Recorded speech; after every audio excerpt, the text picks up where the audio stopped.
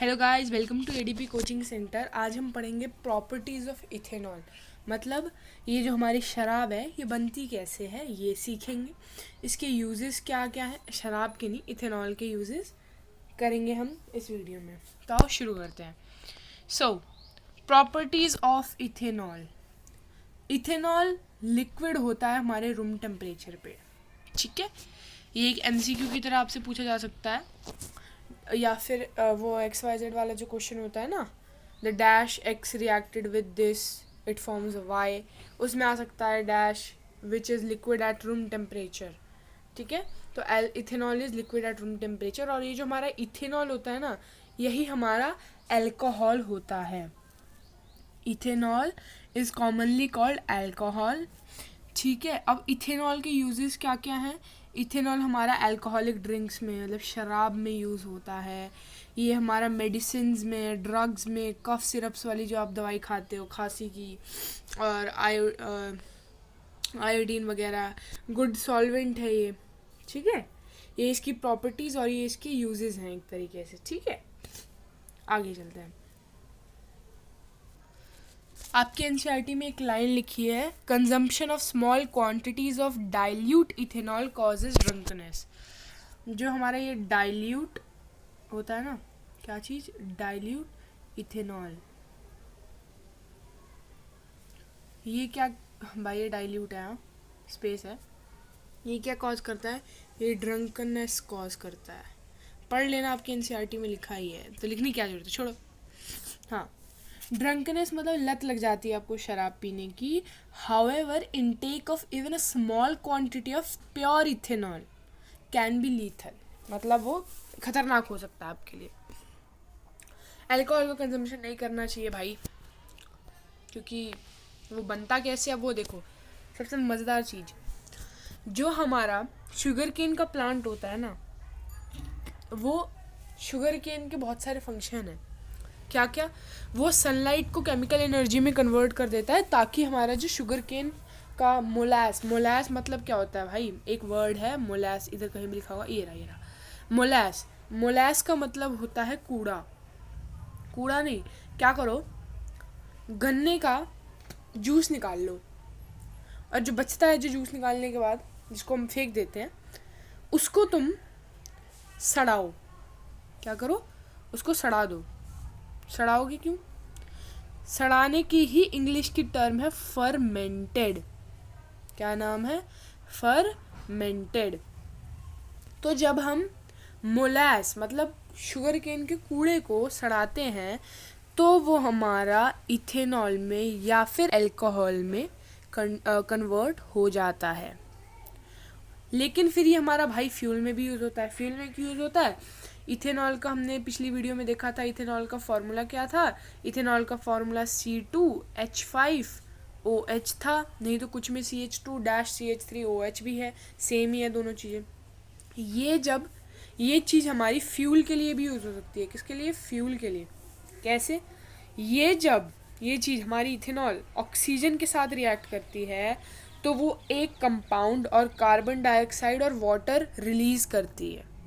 ये हमारे फ्यूल, एक क्लीनर फ्यूल हमें देता है। इसीलिए हम फॉरेन कंट्रीज़ में अल्कोहल या फिर इथेनॉल को एज अ फ्यूल भी यूज़ करते हैं। तो ये आपका 1 मार्कर में आ सकता है, थोड़ा ध्यान दो भाई, कुछ भी आ सकता है, 10th क्लास में हो आप, ठीक है। Next topic.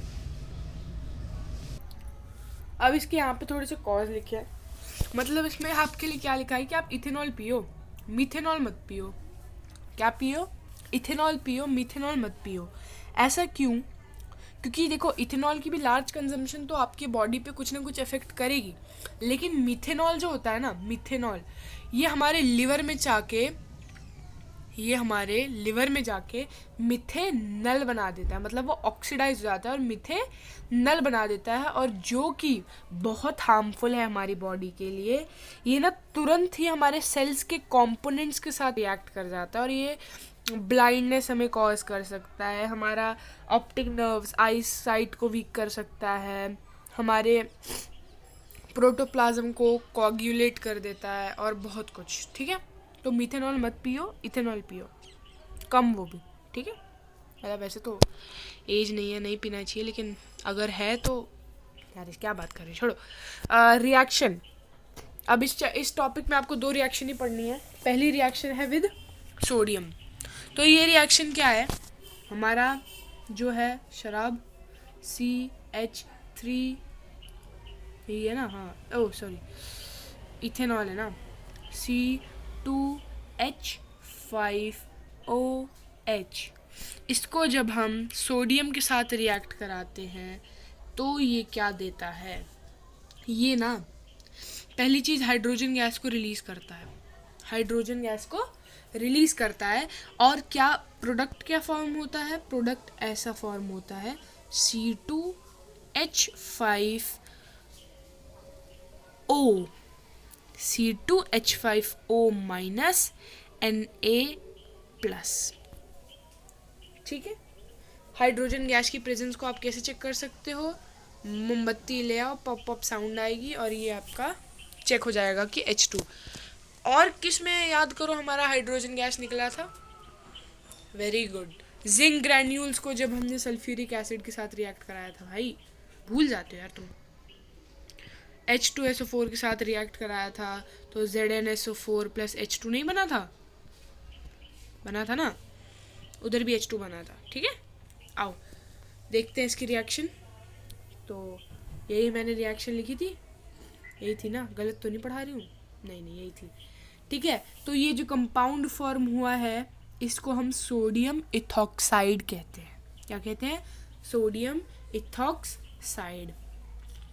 दूसरा रिएक्शन, पहली हो गई हमारी सोडियम के साथ, दूसरी है हमारी अनसैचुरेटेड हाइड्रोकार्बन बनाने के लिए। क्या चीज़, अनसैचुरेटेड हाइड्रोकार्बन। पहली चीज़ तो मुझे ये बताओ अनसैचुरेटेड हाइड्रोकार्बन होते क्या है।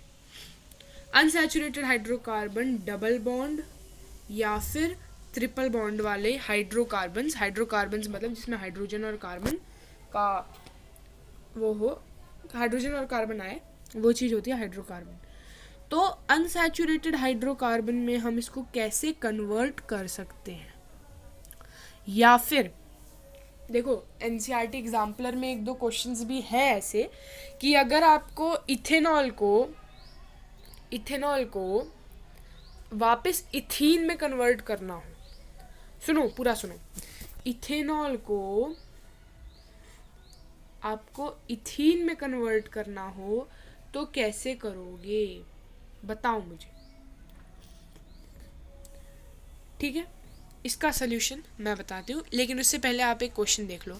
देखो इसकी रिएक्शन क्या है अनसैचुरेटेड की, आप इथेनॉल को हीट करो 443 केल्विन पे with concentrated H2SO4, concentrated sulphuric acid, तो ये हमारा इथेनॉल इथीन में कन्वर्ट हो जाएगा, that is CH2 double bond CH2, या इसको C2H4 सिंपल भी लिख सकते हो, प्लस हमारा H2O। ठीक है, तो ये तो इक्वेशन लिखोगे। अब अगर ये इक्वेशन याद नहीं हो रही तो क्या करो, मैं बताती हूँ। पहले ये सीखो कंसंट्रेटेड H2SO4 का मतलब क्या है। कंसंट्रेटेड H2SO4 हमने ऐड क्यों किया, कंसंट्रेटेड H2SO4 एक डिहाइड्रेटिंग एजेंट, डिहाइड्रेटिंग मतलब डिहाइड्रेटेड हो जाते हो ना, पानी की कमी होना, इसीलिए हम कंसंट्रेटेड H2SO4 को ऐड करते हैं। अब मेरा जो क्वेश्चन था इथेनॉल टू इथीन वाला, उसमें देखो आपके पास क्या था, देखो आपको C2H5OH को C2H4 में कन्वर्ट करना है। ठीक है, पहले इस चीज़ को बढ़िया तरीके से नोटिस करो। C2 है, हाँ जी C2 है, H कितने हैं 5, इधर H कितने हैं 4, मतलब एक H हमें करना होगा, और OH और कम है इथीन में, इथीन है ये, इथेनॉल है ये, तो मतलब एक OH की भी कमी है, HO, ये हमारा बन गया H2O, मतलब पानी जब इसमें से रिमूव होगा तब हमारा इथीन बन जाएगा। पानी जब इथेनॉल में से रिमूव होगा तो वो हमारा इथीन बन जाएगा, और इसी पानी को रिमूव करने के लिए, इसी वाटर को रिमूव करने के लिए हम डालते हैं कंसंट्रेटेड H2 H2SO4 या फिर सल्फ्यूरिक एसिड। समझ आ गया सब कुछ। एक बार वापस देख लो सब कुछ। इससे इजी तरीके से कौन ही समझा पाएगा, बट चलो अब नहीं समझ आ रहा है तो क्या कर सकते हैं।